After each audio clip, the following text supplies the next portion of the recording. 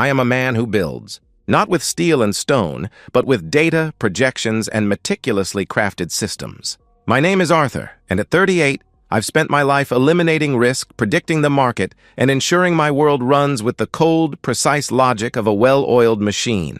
My home, an immaculate apartment in a high-rise, is a testament to this philosophy. Every item has its place, every schedule is rigid, and my life is a masterpiece of calculated order. This is the life I built. 5 years ago, Clara became a part of that structure. She was 29 then, a vibrant marketing coordinator, and I saw in her a potential for perfect symmetry. She quit her job 2 years into our marriage. I called it a sign of my success. My income was more than sufficient to support us both comfortably, and it allowed her to focus on, well, on being Clara. She loosely managed the household, attended her yoga classes, met friends for lunch, and spent my money with an enthusiasm that I once found endearing. Now it just felt transactional. I worked 70-hour weeks, came home to takeout she'd reheated, and slept beside a wife who scrolled through her phone until midnight.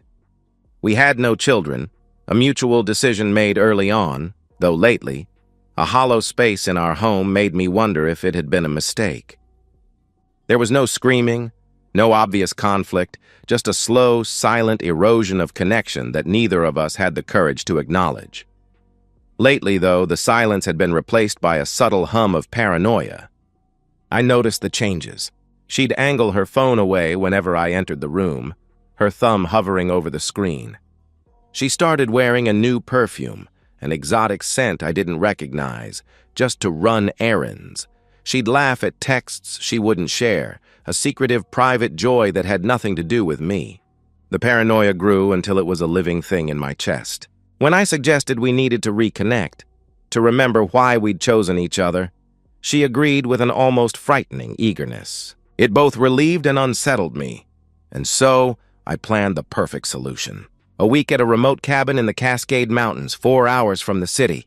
The place was surrounded by dense forest, accessible only by a narrow dirt road with no cell service, no distractions, just us, the raw wilderness, and the quiet opportunity to rebuild. I booked it for late October, when the autumn colors would be at their peak, and the tourist season would be a distant memory. As we drove, Clara was unusually animated, her phone a constant presence in her hands until the signal died. I told myself it was just social media withdrawal. The cabin was perfect, rustic but comfortable, with a stone fireplace and windows overlooking a pristine lake. The first 2 days passed in a strange, polite silence. We hiked, we cooked together, we sat by the fire talking about nothing. I told myself this was progress, that we were simply readjusting to each other's presence, like two strangers finding their footing. But that night, as I watched her finally drift off to sleep, the light from the dying embers cast a long shadow across her face, and I couldn't shake the feeling that she wasn't just adjusting to me. She was adjusting to the absence of someone else. I just didn't know who. The morning of the third day arrived with a false sense of peace, a deceptive warmth that had no business being here in late October. I woke early, the primal urge to provide for my wife pulsing through my veins. It was a foolish, romantic notion, I know, but I was desperate for something to feel real again. I checked my hunting rifle, loaded my pack with supplies, and returned to the bedroom. Clara was still in bed, the sheets pulled up to her chin, despite the late hour. "I have a terrible headache," she whispered when I suggested she join me. "Probably the altitude change. I just need to rest in the dark." She insisted I go alone, practically pushing me out the door with a desperate look in her eyes and assurances that she'd be fine. As I headed out, my mind, ever the analytical machine, began to flag inconsistencies. She said she was resting, but I'd seen her sitting up, scrolling through her phone, the very device that was supposedly useless here. She complained of a headache, yet her makeup was perfectly applied, her lips a soft, rose-colored stain. Most jarringly, she was wearing the expensive silk robe I had bought her for our anniversary. The one she had claimed was too nice for everyday wear. When I'd leaned in to kiss her forehead, she had flinched slightly, turning her face away as if the touch was a foreign thing. I tried to dismiss it all. I wanted this trip to work. I needed it to work. So I shouldered my rifle and headed into the forest, following a winding trail that led deeper into the woods. The morning was beautiful, a kaleidoscope of red and gold leaves, the silence broken only by birdsong and the satisfying crunch of my boots on the forest floor. For the first time in months, I felt present, alive, connected to something beyond spreadsheets and conference calls. I spotted rabbit tracks and followed them to a small clearing. I moved carefully, silently, my hunter's focus razor sharp. But my boot hit a patch of wet leaves covering a moss-slicked rock. My feet went out from under me, and I crashed down hard, my full weight coming down on my left leg at an unnatural angle. The pain was immediate and searing, a hot white fire that shot up my leg. I tried to stand, but my ankle buckled, a sickening crunch echoing in the sudden silence. It was a bad sprain, maybe a fracture. I could barely put any weight on it. I sat there for a long moment, cursing my carelessness, calculating the impossible distance back to the cabin. The hunt was over. I used a fallen branch as a makeshift crutch and began the agonizing journey back, each step a fresh wave of agony. My mind, ever pragmatic, shifted to practical concerns. Ice, elevation, a hospital trip. The journey took nearly an hour, each minute stretching into an eternity. I was exhausted, in pain, and utterly defeated. The vision of my hunting fantasy lay shattered at my feet. As I finally approached the cabin, leaning heavily on my crutch, I heard something that stopped me cold. It was a low, rhythmic sound, a moan of pleasure, followed by a man's low, guttural laugh. It was a sound that had no business in a silent cabin where my wife was supposedly resting with a headache. I stood frozen at the window, my injured leg forgotten, the pain nothing but a distant hum. My entire reality, the controlled, precise world I had built, was collapsing into the scene before me. There she was. Clara, in our bed, the bed I'd slept in the night before, the bed I'd booked to save our marriage with a man I'd never seen before. They weren't hiding. There was no shame, no furtiveness. They were utterly consumed by each other, a raw, primal tableau of passion that I hadn't experienced with my wife in years, maybe ever. He was younger than me, probably in his early 30s, with a lean, strong build. His clothes were in a careless pile by the bed, work boots, worn jeans, a flannel shirt. Clara's silk robe, the one she'd deemed too nice for everyday wear, was pooled on the floor like a discarded skin. Her fingers were tangled in the stranger's hair, her back arched, her face a mask of raw pleasure. It was a face I didn't know, a face expressing an intensity I had never in 5 years of marriage managed to evoke. The shock lasted perhaps 5 seconds. Then came the rage, pure, primal, absolute. It wasn't the contained anger of a professional man whose wife had committed an abstract betrayal. It was older, more fundamental. A violation so complete it bypassed rational thought entirely. Every calculation, every plan, every shred of control I'd ever possessed threatened to shatter. But I am, above all else, a man of control. And even in my rage, my mind, my cold, precise mind, began to work. I didn't storm inside. I retreated silently, limping back to my truck. My thoughts moved with a mechanical efficiency I had only ever reserved for multi-million-dollar deals. I retrieved my hunting rifle, checked the ammunition, and considered my options with the same clinical detachment I applied to financial models. I could confront them, demand an explanation, humiliate her, throw the man out, file for divorce, and take satisfaction in the legal and financial ruin I could engineer, or I could solve the problem completely. The thought arrived fully formed, without preamble. It was monstrous. It was irreversible. But in this moment, with the image of Clara's betrayal burned into my brain, it felt inevitable, necessary. The only action that matched the magnitude of the violation. This man, this Mark. I now knew his name was from the low whispers and gasps I'd overheard from the window, had invaded my space. He had corrupted my wife, destroyed the order of my life. Clara had broken the fundamental contract of our marriage, had made a fool of me, and had the stunning audacity to bring her lover to the very place I had chosen to save our failing marriage. The level of calculation, of contempt, required to orchestrate such a deception was, in my mind, unforgivable. I thought about the location, miles from civilization, no cell service, no witnesses. My injury, my legitimate pain, provided a partial alibi already. The isolation that was supposed to heal our marriage now offered something else entirely: opportunity. I limped back toward the cabin, rifle in hand, my decision made. My leg throbbed with each step, but the pain felt distant, unimportant. My breathing was steady. My hands, which had been shaking with rage just moments ago, were perfectly calm. This is what separates me from other men, I thought. The ability to act decisively when action is required, to eliminate variables that threaten the integrity of the system. I reached the door. Inside, the rhythmic moans and murmurs continued. Clara and her lover completely unaware that her husband had returned early, that their secret had been discovered, and that everything was about to change. The door slammed open with enough force to crack against the interior wall, the sound a punctuation mark on the end of my marriage. Clara's scream died in her throat, a choked sob as she saw me framed in the doorway. My face, I knew, was eerily calm, the rifle aimed steadily at the bed. The man, Mark, scrambled backward, tangled in the sheets, his hands raised in that universal gesture of surrender. "Please," he began, his voice cracking. "Please, man, just let me explain. I didn't want explanations. I didn't want pleas or justifications or the messy humanity of the people who had just destroyed my carefully ordered world. I wanted the problem solved, eliminated, removed from the equation with the same cold efficiency I bring to every other aspect of my life." The first shot hit Mark in the chest, cutting off his words mid-sentence. The sound was deafening in the enclosed space, followed by Clara's raw, animal scream.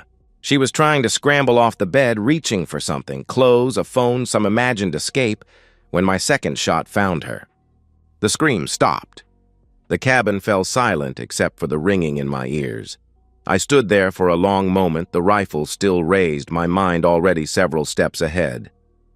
The rage had burned away, leaving something colder and more functional in its wake. I had just committed an act that could not be undone, taken a step that had permanently severed me from the life I knew. There was no going back. There was only forward, and forward required meticulous planning. I methodically searched the cabin. I found Mark's truck keys in his jeans pocket, along with a phone showing a dozen text exchanges with Clara, mapping out their rendezvous. "Can't wait until you get here, baby," one read. "He's such a boring old man, he'll never know," another said. Evidence. I photographed the texts on my own phone before pocketing his device. I found Clara's phone hidden in her makeup bag, unlocked, revealing months of messages, planning, scheming, explicit photos, and mocking references to her boring husband and his useless little cabin trip. More evidence, more justification, though I no longer needed it. The decision had been made and executed. The bodies must disappear. I had studied the maps obsessively before booking the cabin, noting every trail, road, and water source. 3 miles west, accessible via an old logging road, there was a deep lake locals called Drowned Man's Pool for the 2 hikers who had vanished there decades ago. It was surrounded by dense forest, rarely visited, the bottom obscured by decades of silt and debris. Working with grim efficiency, I wrapped the bodies in the cabin's sheets and dragged them, one at a time, to Mark's truck parked behind the cabin. Clara must have told him where to hide it. My injured leg screamed in protest, but adrenaline provided a temporary override. I loaded both bodies into the truck bed, covering them with a tarp I found in his vehicle. The drive to the lake was slow and nerve-wracking.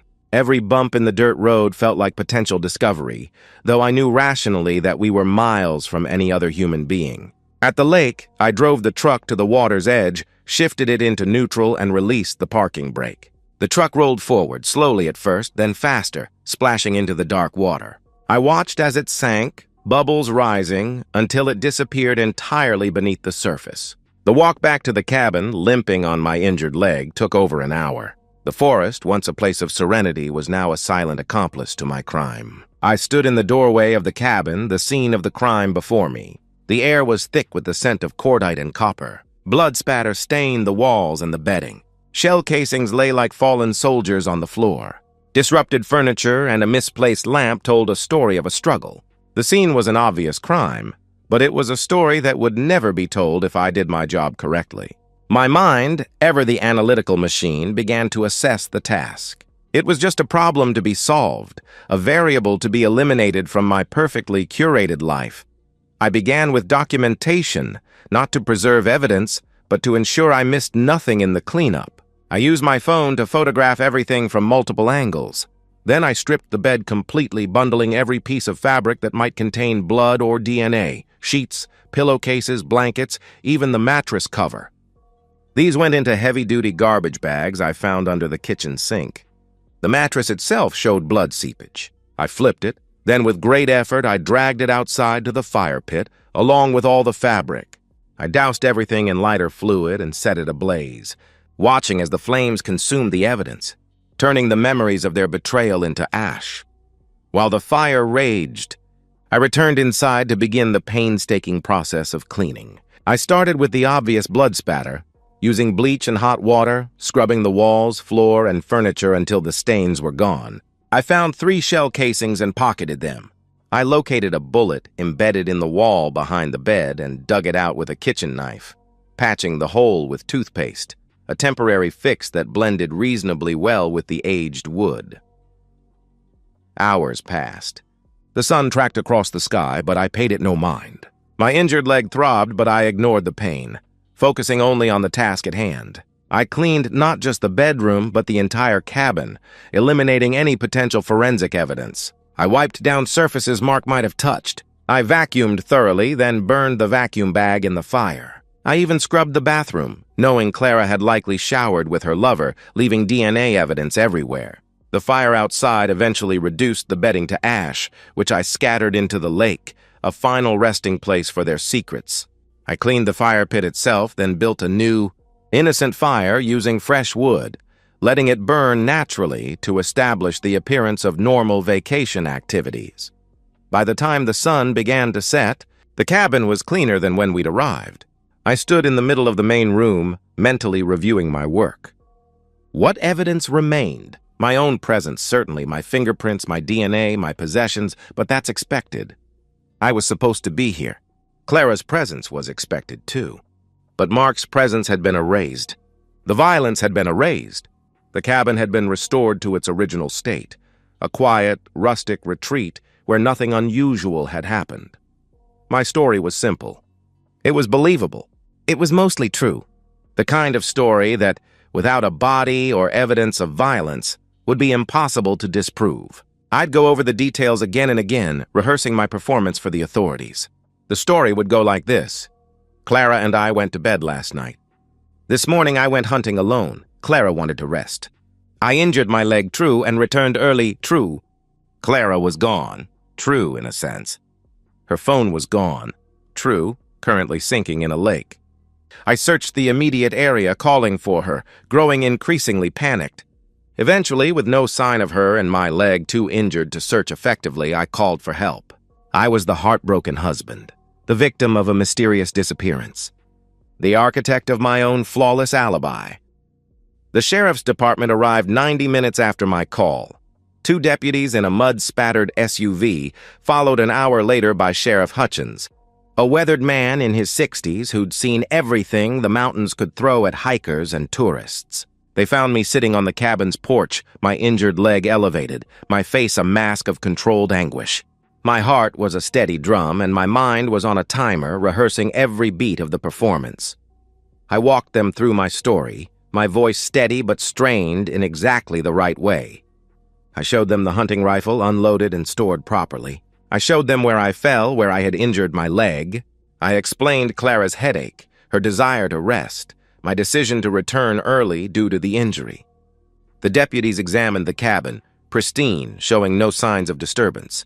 They searched the immediate area, calling Clara's name into the darkening forest, their voices echoing off the trees. Had there been any arguments? Was Clara depressed? Did she have any reason to leave? Sheriff Hutchins asked. I provided careful answers. Our marriage was good, I told him. We'd come here to reconnect. Clara had seemed happy, just tired. I mentioned no concerns, no red flags. I was the perfect picture of a devoted husband whose wife had inexplicably vanished. Over the following days, the search expanded. Volunteers arrived from nearby towns. Dogs tracked scents to the lake but found nothing. Divers searched the shallows, missing the deep water where Mark's truck had settled into the silt. Helicopters surveyed from above. I participated in the search despite my injury, calling Clara's name alongside strangers, my face etched with appropriate worry. My grief was real, just not for the reasons they thought. Detectives from the state police arrived.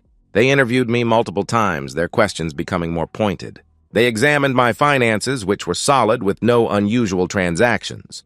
They checked my phone records, nothing suspicious. They interviewed our friends and family, all of whom described Clara and me as the perfect couple. Maybe a little distant lately, but nothing alarming. Have you heard the name? Do you know anyone matching the description? One of them asked about Mark. I furrowed my brow, shaking my head. Should I? The detectives exchanged glances but explained they were checking all angles. A truck matching Mark's was reported abandoned by his girlfriend 3 days ago, and he hadn't been seen since. Just a coincidence, they probably thought. People go missing in these mountains all the time. Weeks passed. The media picked up the story. Woman vanishes on romantic cabin getaway. I gave a tearful interview, pleading for information. I posted on social media, sharing photos of Clara, asking anyone with information to come forward. I played the grieving husband perfectly because, in a twisted way, I was grieving. Not for Clara as she was, but for the life and the order she had destroyed. The investigation continued but began to slow. Without a body, without evidence of foul play, without any concrete leads, the case gradually went cold. My leg healed. I returned to work, where colleagues offered sympathetic words and a careful, respectful distance. I was a man who had suffered a great tragedy, and the world gave me space to heal. But I wasn't healing. I was planning. I was waiting. The first phase was complete. Now the real game could begin. Detectives Brady and Cole sat in my living room, the same immaculate, ordered space that Clara had once occupied.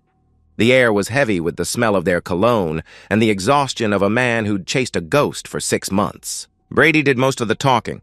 "We've exhausted every lead," he said, his voice flat. "We've searched thousands of acres. We've interviewed everyone who knew Clara and found nothing to explain her disappearance." They mentioned Mark again, his name a ghost in my quiet apartment. "His truck was never found," Brady said, watching me carefully, looking for a tell, any flicker of recognition.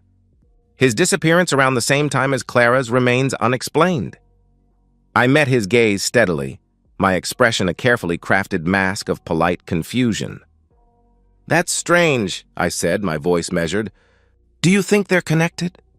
Brady didn't answer directly. Instead, he walked through what they knew. No evidence of foul play at the cabin, no signs of struggle, no body, no witnesses. My injured leg was documented.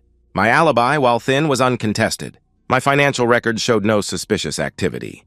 My phone data showed no secret communications. Friends and colleagues described me as devoted, if perhaps emotionally reserved. "Off the record," Brady said, leaning forward, his voice a low rumble. "I don't like this. Something feels wrong. But feelings don't hold up in court, and we don't have anything that approaches probable cause," Cole added quietly. "The district attorney won't touch this without a body or concrete evidence linking you to Mrs. Kane's disappearance. As of today, this becomes a cold case." I nodded slowly, letting a wave of relief wash over my face. Not too much, just enough. "So what happens now?" "We keep the file open," Brady said, standing. "Technology improves. Evidence turns up. People talk. If anything changes, we'll be back." He handed me his card. "And if you remember anything at all that might help us understand what happened to your wife, you call me." After they left, I sat in the silence of my apartment. I was free. The investigation was over.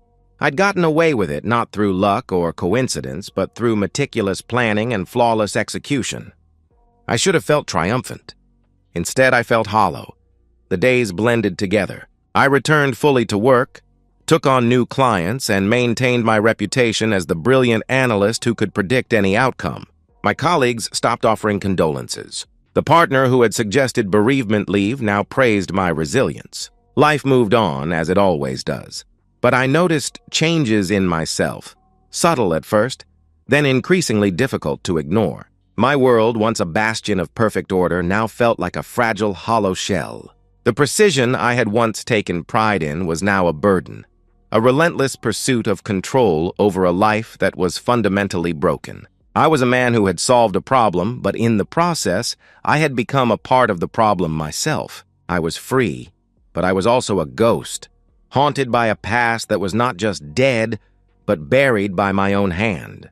My revenge was complete, but the victory was a poison, leaving me with a cold, calculated emptiness that I knew would never truly heal. My punishment wasn't prison. It was this quiet, suffocating solitude. It's been 3 years since the cabin. My retreat now is a modern structure of glass and steel, located in a different mountain range entirely, a place so far removed from the Cascades that it feels like a different lifetime. I come here once a month, always alone, and sit in the same chair overlooking a pristine valley, thinking, my life, externally, has been one of continued success. I made partner at the firm 2 years ago. My reputation as the analyst who never makes mistakes has only grown.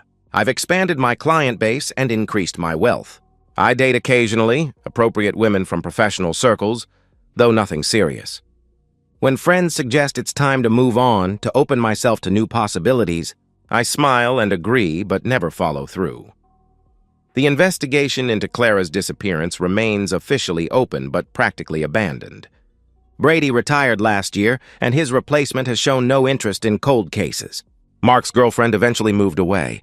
His family held a memorial service without a body. The lake keeps its secrets, as I knew it would.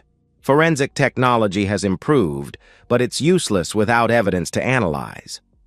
I reflect on the practical aspects of my crime, the things I did right, and the few mistakes I've identified in hindsight. I was fortunate that my leg injury was genuine and significant, providing physical evidence to support my timeline. I was fortunate that Clara had been careful enough in her planning that none of our friends suspected the affair. I was fortunate that Mark appeared to be the type of man who might plausibly disappear without his absence raising immediate red flags. But mostly, I created my own fortune through preparation and flawless execution.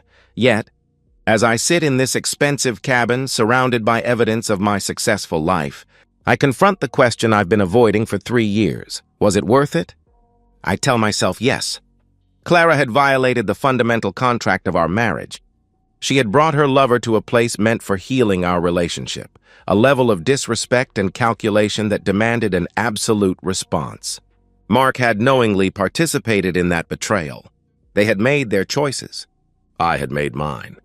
The world is simpler, cleaner, with them removed from it. But late at night, in the silence of my solitary existence, I acknowledged something I've never voiced aloud. The problem with my response wasn't that it was unjustified. In my mind, it remains a necessary action, but that it was too quick. If I had that day again, I think I would have paused. Not to spare them, I'm long past that kind of sentiment, but to understand first. To ask questions, to unravel the full scope of Clara's betrayal before acting. The impulsiveness of my rage, so uncharacteristic for a man who prides himself on control, meant I acted without complete information. I solved the problem efficiently, but efficiency isn't the same as completeness. This, I decide, is the lesson. Even justified actions benefit from patience and thorough analysis. I stand, pour myself a drink, and watch the sun set over the valley. Tomorrow I'll return to the city, to my ordered life, to the persona I maintain flawlessly. No one knows what I did. No one will ever know. I have achieved the perfect crime. The cost is simply that I can never, not even to myself in the darkest hours, admit that it might also have been a perfect mistake. I raise my glass to the empty room. To order, I say quietly, and the price of maintaining it. The cabin offers no response. I expect none. I finish my drink, set the glass down precisely in the center of the table, and begin preparing for sleep. In the morning, I'll lock up the cabin and drive back to civilization, leaving this version of myself, the one who thinks too much about a day 3 years past, behind in the mountains where it belongs. Until next month, when the thoughts grow too loud again, and I return to sit in the same chair and think the same thoughts and arrive at the same conclusion. It was necessary, it was justified, and I would do it again. Just slower, with more information, with perfect control, always with control. And so, we've reached the end of today's story. Was it what you expected, or did it take a twist you didn't see coming? I'm curious to hear your thoughts. Share them in the comments below, and let's get a conversation going. If this story kept you hooked, make sure to hit that like button. And if you're new here or just haven't subscribed yet, now's the perfect time to join our community. I bring you fresh, captivating stories every day, so click that subscribe button and turn on notifications so you never miss out. Thanks for watching, and I'll see you in the next one.